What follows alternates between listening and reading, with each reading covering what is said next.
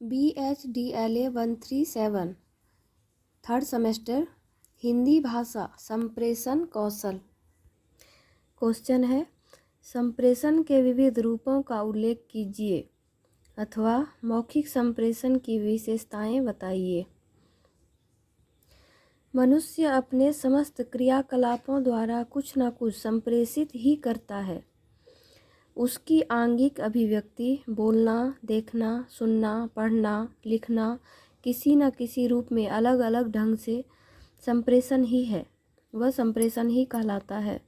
जैसे first number दिया है मौखिक संप्रेषण। जब वक्ता अर्थात बोलने वाला ध्वनि के माध्यम से श्रोता अर्थात सुनने वाले तक अपनी बात पहुंचाता है तो इसे मौखिक संप्रेषण कहते हैं। जैसे हम अपने मित्रों से कोई जानकारी शेयर करते हैं या फिर वो हमें कुछ बताते हैं तो यह सब मौखिक संप्रेषण में आता है। जब कक्षा के शिक्षक व्याख्यान विधि का प्रयोग करते हुए पढ़ाते हैं और समस्त छात्र ध्यानपूर्वक सुनते रहते हैं, उस वक्त शिक्षक द्वारा किया गया संप्रेषण मौखिक संप्रेषण कहलाता है। बोलना भी एक कला है। बड़े बुजुर्ग कहते हैं, सोच समझकर बोलो, ऐसा बोलो कि सुनने वाले प्रसन्न हो जाए। कबीर का यह पद अत्यंत प्रसिद्ध है। ऐसी बानी बोलिए मन का आपा खोए, औरन को शीतल करे आपहु शीतल होए। ऐसी वाणी का प्रयोग जिसमें दूसरे प्रसन्न हो और अपना मन भी प्रसन्न रहे, जीवन की सफलता का रहस्य है। बोलते समय निम्नलिखित 3 बातों का ध्यान रखना आवश्यक है। जैसे इधर दिया गया है क नंबर, शब्दों और वाक्यों का चुनाव। हम जो कुछ कहते हैं उसमें हमने शब्दों का चुनाव कैसे किया है या हमने किस प्रकार के वाक्य का प्रयोग किया है, इसका बहुत बड़ा असर पड़ता है। डॉक्टर, क्या सारी दवाइयाँ समाप्त हो गई? मरीज, अभी कैसे ख़त्म हो सकती है? यहाँ मरीज ने प्रश्न का जवाब प्रश्न में दिया है। उसने डॉक्टर के प्रश्न का जवाब भी नहीं दिया और डॉक्टर को नाराज़ भी कर दिया। यदि वह जवाब देता, जी नहीं, अभी 4 गोलियां बची हुई है, ऐसे बोलने वाले से संप्रेषण पूरा हो जाता और डॉक्टर आगे के इलाज के बारे में सोचता। शब्दों और वाक्यों का प्रयोग सोच समझकर करना चाहिए। ख नंबर में दिया गया है आवाज़। हम नम्र आवाज़ में बात करते हैं या ज़ोर ज़ोर से बोलते हैं, इसका भी असर श्रोता पर पड़ता है। यदि हम आक्रामक ढंग से बोलेंगे तो सुनने वाला नाराज़ होगा। जैसे यदि कोई ग्राहक किसी दुकान पर जाता है और दुकानदार से बोलता है कि मैंने आपकी दुकान से दीवार घड़ी खरीदी थी और वह 2 दिनों में ख़राब हो गई है, इसीलिए आप इसे ठीक कर दो या फिर बदल दो। लेकिन दुकानदार घड़ी बदलने से मना कर देता है या फिर उसे ठीक करने के पैसे मांगता है, तो ऐसी स्थिति में वह ग्राहक कभी उस दुकान पर दोबारा नहीं जाएगा। तीसरा दिया है ग नंबर, स्वर। हम जो कुछ भी बोलते हैं उसका अर्थ हमें सुनने वाला उसी ढंग से निकालता है। जैसे हमने किसी को बुलाया, इधर आओ, हमारे इधर आओ बोलने के तरीके से ही सुनने वाला समझ जाएगा कि हम उसे प्यार से बुला रहे हैं या नाराज़ से बुला रहे हैं। इसके अलावा हमें स्पष्ट बोलना चाहिए। अगर स्पष्ट नहीं बोलेंगे तो सामने वाला हमारी बात समझ नहीं पाएगा। दूसरा नंबर दिया है आंगिक संप्रेषण। शारीरिक मुद्दाओं जिसमें शरीर के विभिन्न अंगों का उपयोग किया गया हो, उनके द्वारा ही हम संप्रेषण करते हैं। मनुष्य केवल बोलकर ही अपनी बात संप्रेषित नहीं करता, उसके सारे अंग, आँख, हाथ, पैर, कंधे सब संप्रेषण में सहयोग देते हैं। इस प्रकार का संप्रेषण गैर शाब्दिक, आंगिक या अमौखिक संप्रेषण है। हाथ मिलाना, सिर को हिलाना, चेहरे पर क्रोध के भाव लाना, राष्ट्रगान के साथ सावधान की अवस्था में रहना आदि सभी इसी प्रकार के संप्रेषण के उदाहरण हैं। आंगिक संप्रेषण का सबसे सशक्त माध्यम आंखें होती है। जब कोई प्रसन्न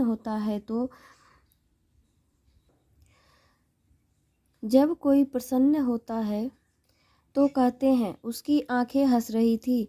हमने लोगों को अक्सर यह कहते सुना होगा, उसकी आंखें गुस्से से लाल थी। अपनी आंखें के जरिए हम न केवल अपनी प्रसन्नता या अप्रसन्नता जाहिर करते हैं, बल्कि उसे दूसरों तक संप्रेषित करते हैं। किसी की आंखें नम हो तो हम जान जाते हैं कि वह दुखी है। हाँ, कभी कभी खुशी के आंसू भी निकलते हैं, परंतु उस व्यक्ति की शारीरिक अभिव्यक्ति से पता चल जाता है कि उसके आंसू खुशी के हैं या फिर दुखी के हैं। आँखों से ही पता चल जाता है कि सामने वाला हमसे प्रसन्न है या अप्रसन्न है। तीसरा, लिखित संप्रेषण। जब कोई व्यक्ति अपने विचार या सूचनाएं किसी छपी हुई सामग्री या लिखित सामग्री के रूप में व्यक्त करता है तो उसे लिखित संप्रेषण कहते हैं।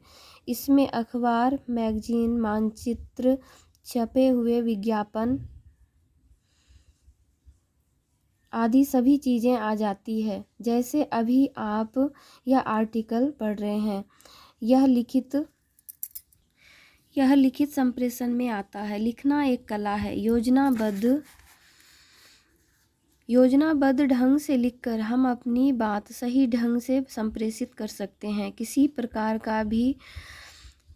भी प्रकार का लेखन करने के लिए 5 बातों का ध्यान रखना चाहिए: क्या, क्यों, कौन, कब और कैसे। इन 5 शब्दों को ध्यान में रखकर लिखने से हम अपना संदेश सही तरीके से प्राप्तकर्ता तक पहुंचा सकते हैं। जैसे क्या, क नंबर में क्या दिया हुआ है। लिखते समय सर्वप्रथम यह ध्यान रखना चाहिए कि हमारा संदेश क्या है। पत्र, रिपोर्ट, टिप्पण, लेख, कहानी कुछ भी लिखने से पहले हमें यह तय करना चाहिए कि हमें क्या लिखना है। कहने का तात्पर्य यह है कि सबसे पहले विषय का निर्धारण करना होता है। ख नंबर, क्यों। विषय तय हो जाने के बाद लेखन का उद्देश्य तय करना चाहिए। इसमें निम्नलिखित पक्ष शामिल हो सकते हैं: सूचित करना, निवेदन करना, पुष्टिकरण करना, समझना। कौन, ग नंबर, कौन। यह कौन हमारा संदेश प्राप्त करने वाला है। यदि हमारे सामने यह स्पष्ट है कि हम किसके लिए लिख रहे हैं तो हमारा संदेश स्पष्ट होगा। हमारे लिखने की शैली भिन्न होगी। यदि हम अपने भाई को पत्र लिख रहे हैं तो उनकी शैली अलग होगी। यदि हम किसी अधिकारी को पत्र लिख रहे हैं तो उसकी शैली बिल्कुल भिन्न होगी। एक की शैली अनौपचारिक और दूसरे की शैली अनौपचारिक होगी। घ नंबर, कब। हमें अपने लेखन में दिन और तारीख जरूर डालनी चाहिए। विशेषकर पत्र लेखन में या कार्यालय का काम करते वक्त इसका अवश्य उपयोग करना चाहिए। कैसे। हमारे लेखन का पूरा दारोमदार इस पर है कि हम कैसे लिखते हैं। दारोमदार इस पर है कि हम कैसे लिखते हैं। यही हमारी भाषा की पकड़ है और लेखन कौशल की परीक्षा होती है। हमारी भाषा पात्रानुकूल होनी चाहिए कि हम किस तरह लिख रहे हैं, कैसे लिख रहे हैं। 4 नंबर, संचार माध्यम।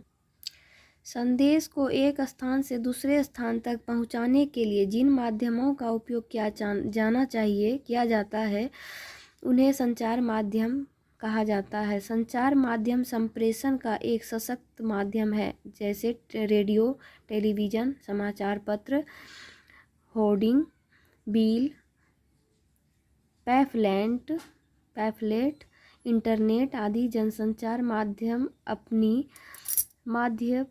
मध्यमगत विशिष्टता के अनुसार संप्रेषण करते हैं। रेडियो आवाज़ के माध्यम से जन जन तक संचार का संप्रेषण करते हैं। Television, computer, film, video, internet जैसे दृश्य माध्यम भी संप्रेषण के सशक्त माध्यम है। इसके अलावा सड़क के किनारे लगी बड़ी बड़ी कंपनियों के होर्डिंग, समाचार पत्रों में छपे विज्ञापन, खतरे संबंधी सूचनाएं, यातायात संकेत, टेलीफोन पर होने वाली बातचीत आदि संप्रेषण के कई रूप हैं। ये क्वेश्चन था मेरा, संप्रेषण के विविध रूप और मौखिक संप्रेषण की विशेषताएं।